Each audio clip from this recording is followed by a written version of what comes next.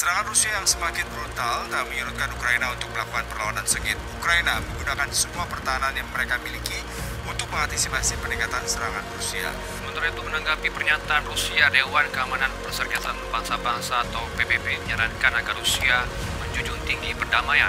Hingga hari ini militer Rusia terus menggempur pertahanan Ukraina. Di kota Kiev, Ukraina, kepulan asap membumbung tinggi di langit kota Kiev pada Rabu waktu setempat. Waduh, ngeri banget ya. Waalaikumsalam warahmatullahi wabarakatuh. Assalamualaikum Tat. Waalaikumsalam Ini wabarakatuh. lagi fokus nih Tat, nonton Iya. perang. Kalem aja dah. Serem banget Tat, perang sekarang. Seru banget tuh kayaknya tuh. Iya, ini kemarin di Indonesia udah perang minyak.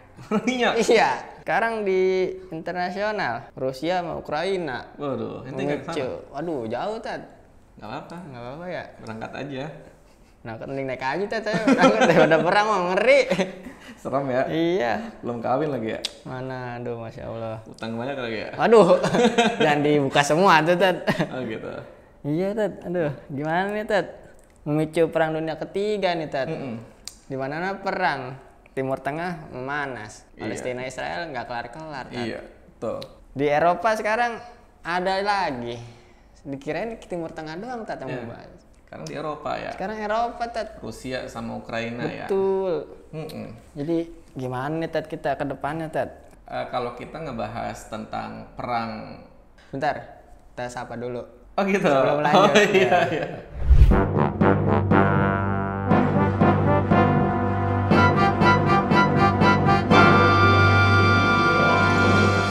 Ya, assalamualaikum warahmatullahi wabarakatuh. Kembali lagi di Hidayah Islam, Hidayah. Ya. Berbincang kali ini kita akan membahas perang ya Tat ya. Iya. Bagaimana perang dalam pandangan Islam dan kita gimana menyikapinya Tat ya. Iya. Karena ya sedang trending topik lah. Iya. Perang di dunia ini. Jadi mari kita lanjut Tat. Yuk, kita lanjut aja. Mulai dari mana nih? Dari Rusia dulu. Oh, dari Rusia. Perang antara Rusia dan perang dengan Ukraina itu sebenarnya adalah perang saudara. Yang mana perlu kita ketahui, di dunia ini negara Eropa. Negara Eropa itu terbelah menjadi dua. Ada blok barat, ada blok timur. Ya, jadi Eropa itu terbelah menjadi ada blok barat, blok timur. Blok barat itu negara mana aja sih? Inggris, Prancis, Itali, Portugal, dan yang lain sebagainya. Nah, kalau Eropa bagian timur, itu Eropa yang udah lumayan banyak Islamnya. Seperti Rusia, kemudian Ukraina, masih satu bagian timur, kemudian Yugoslavia, Hungaria, dan yang lain sebagainya. Ya, sekarang yang kita bahas kenapa mereka bisa berperang, gitu kan. Nah, tadi kan sudah ada penjelasan di awal. Rusia dan Ukraina itu adalah bagian timur. Nah, sedangkan Eropa Barat dan Eropa Timur itu dari dulu sampai sekarang itu perang dingin. Barat dan Timur itu perang dingin, nggak ada akrab-akrabnya, karena mereka memiliki ideologi yang berbeda. Nah, tiba-tiba saja Ukraina yang merupakan bagian timur ingin bergabung dengan Eropa Barat. Jadi seperti itu gambaran besarnya, ingin bergabung dengan Eropa Barat atau yang disebut juga negara NATO. Ya, benar-benar. Nah, ini kan membuat Rusia ngerasa aneh dan nggak suka. Kenapa nggak suka? Ketika Ukraina ini yang masih tetangga Rusia bergabung ke Barat, itu akan membahayakan kedaulatan Rusia. Gitu lah. Akhirnya Putin yang merupakan presiden Rusia ini mengultimatum, maksudnya mewanti-wanti. Bahasa kita mah, lu jangan ke sana. Kalau ke sana nanti kita perangin. Akhirnya apa? Ukraina ini karena mungkin ada tertarik iming-iming dari negara NATO, akhirnya dia ingin bergabung ke sana atau mendukung ke sana, yang membuat itu membahayakan bagi Rusia itu sendiri. Contohnya seperti ini, Kang Ando kan berteman lama dengan Mas Panji kan, satu grup lah. Sedangkan Kang Ando punya musuh di luar sana. Tiba-tiba Mas Panji ingin bergabung ke musuh sana. Bergabungnya Mas Panji ke musuh sana itu kan membahayakan pribadinya Kang Ando. Karena Mas Panji punya Kuncian ya. kunciannya di situ. Kuncian bos. Gitu, jadi kayak gitu. Secara garis besar. Iya. Karena sudah diberikan ultimatum, sudah diberikan waspada lah ya. Artinya karena bagian Ukraina tidak mau mengikuti, akhirnya terjadilah perang. Jadi itu secara garis besarnya saja. Karena banyak ulama juga yang mengatakan terjadinya perang yang besar itu adalah bagian dari akhir zaman. Gitu. Intinya mah sikap kita sekarang itu lebih mendoakan saja Kang ya. Kita lebih mendoakan saja supaya tidak terjadi peperangan-peperangan lagi. Amin. Amin ya. Pandangan Islam terhadap perang itu apa sih Tat? Dan gimana kita untuk menyikapi perang yang sebenarnya itu? Iya baik. Jadi perlu kita ketahui juga ya Kang Ando dan pemirsa Hidayah Islam yang lainnya. Pada zaman Nabi Muhammad atau pada zaman Rasulullah, Islam itu sudah melewati berbagai macam peperangan. Di antaranya perang Badar, perang Uhud, perang Khandaq, perang Khaybar, perang Siffin, perang Yamamah, dan yang lain sebagainya. Ada banyak banget Kang ya. Iya. Dan Allah Subhanahu wa taala berfirman dalam surat Al-Hajj ayat 39, A'udzubillahi minasyaitonirrajim. Bismillahirrahmanirrahim. Udzina lilladzina yuqataluna biannahum zulimu. Yang mana artinya udzina lilladzina yuqataluna, telah diizinkan untuk berperang ya, karena telah diperangi biannahum zulimu, karena mereka juga telah terzolimi. Maksudnya apa? Islam atau kaum muslimin itu diperbolehkan untuk angkat senjata. Maksudnya untuk berperang karena Islam pun telah diperangi terlebih dahulu. Jadi seperti itu. Maksudnya lagi apa? Maksudnya ini seperti ini, penjelasan lebih enaknya. Islam itu dan Rasulullah itu tidak langsung mengajak perang kepada kaum kafirin. Misalnya ada kaum kafirin, langsung diajak perang. Nggak seperti itu. Tapi Islam diperangi terlebih dahulu. Nah, setelah diperangi terlebih dahulu, itu pun Rasulullah dan para sahabat itu ngajak damai dulu. Gitu. Kita diperangin, kita ngajak damai dulu. Tapi kalau seandainya ajakan untuk damainya tidak diterima, nah barulah Rasulullah dan para sahabat itu melebarkan bendera peperangan. Betul. Jadi tidak serta langsung perang aja, karena sudah terzolimi terlebih dahulu. Dan perlu diketahui juga, orang-orang yang diperangi oleh Rasulullah itu orang kafir yang zalim. Adapun orang-orang kafir yang bertetangga baik dengan Rasul, yang bersikap baik dengan Rasul, itu dilindungi oleh Rasulullah Shallallahu Alaihi Wasallam. Jadi nggak serta-merta langsung juga boleh memerangi kecuali setelah diperangi. Itu dalam Islam yang telah dilakukan oleh Rasulullah dan para sahabat. Jadi seperti itu. Tapi kalau di sekarang ini nih, kebanyakan perang tuh dipicu oleh adu domba ya. Gitu ya.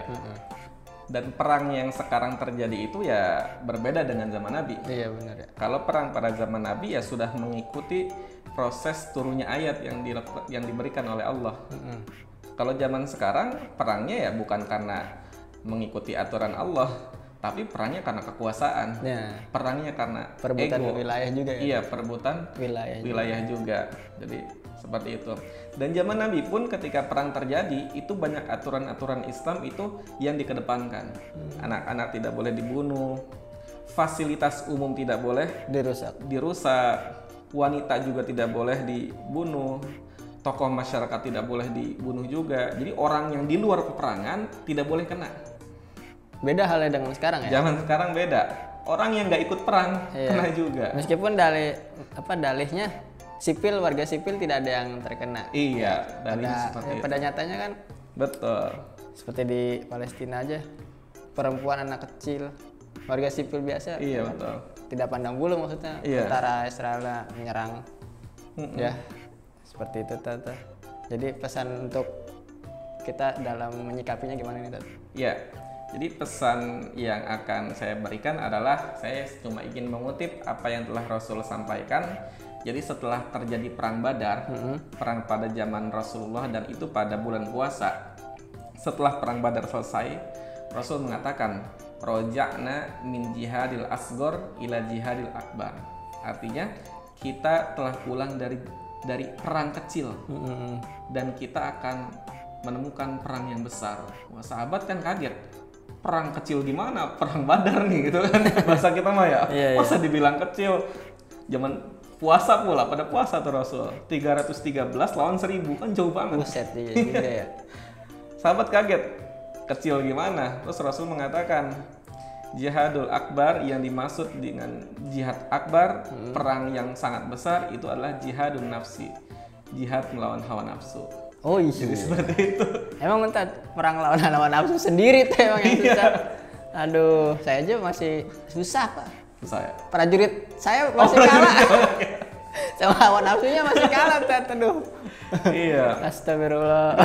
Semua yang ada di panca indera gitu ya kita perangin semuanya. Itu dia, Tet. Kita lagi nongkrong kan ya. Kita lagi nongkrong, kita lagi masih pakai peci kan. Pulang pengajian lagi nongkrong, di depan ada yang meninggal.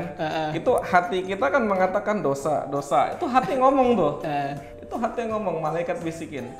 Tapi ya si anunya itu mengatakan lihat yang sayang gitu kan. Tapi kan enak. Akhirnya apa? Kita perang tapi perang kita kalah. Iya, aduh. Kita akhirnya ngeliat, wah, sampai di ujung jalan tuh kan. Wah, gitu kan. Terus belum lagi mulut kan. Itu mulut kita juga berperang. Hati kita kan juga mengatakan, ah nggak boleh nih gibah dosa dalam hati kan. Nah, tapi mulut tuh kayaknya wah udah gatel banget. Akhirnya kan ngomongin si Anu, ngomongin si Anu. Itu perang kita udah kalah berarti. Pada saat itu Ali bin Abi Thalib itu pernah memenangkan sebuah perang yang besar, perang melawan hatinya. Jadi ketika dalam peperangan, Ali bin Abi Thalib itu kan sering berduel. iya. Sering berduel dengan musuh satu lawan satu kayak gladiator gitu kan. Iya. Nah, Ali bin Abi Thalib ketika sedang berperang satu lawan satu, itu ada satu kesempatan dia itu pasti bisa menang menebas kepala musuh.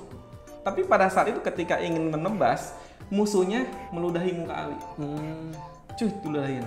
Bayangin Kang tuh lagi berantem, diludahin.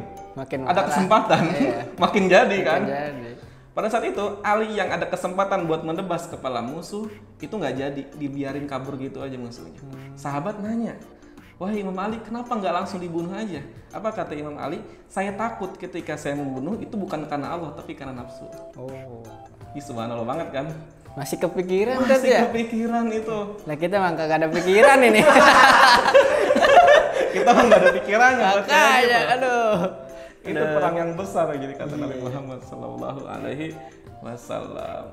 Oke, Ted, mungkin pembahasan perang tentang tema kita hari ini cukup segini aja ya. Yap.